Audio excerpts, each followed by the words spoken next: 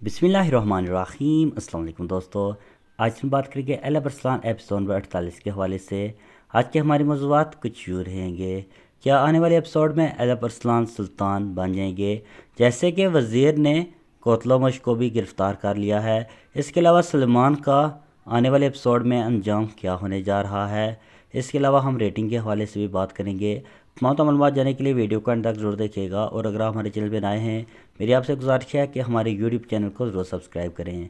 दोस्तों, episode number 47 बहुत ही शानदार ही, जिसकी रेटिंग की बात करें तो रेटिंग 7 पॉइंट को क्रॉस कर गई। इसलिए एमरे कोनक तारीफ़ के मुस्तहिक तो बनते हैं। अगर ट्रेलर की बात करें, जैसे कि शानदार ट्रेलर हम देख ही चुके हैं। जैसे कि काउंट लियोन एक बार फिर आज़ाद हो गया है, और ट्रेलर में हमने देखा वो एल अरसलान को पकड़ लेता है, मगर एल अरसलान इसकी कैद से निकल जाएंगे, और इसी तरह एल अरसलान वसपुरा खान भी हासिल कर लेंगे।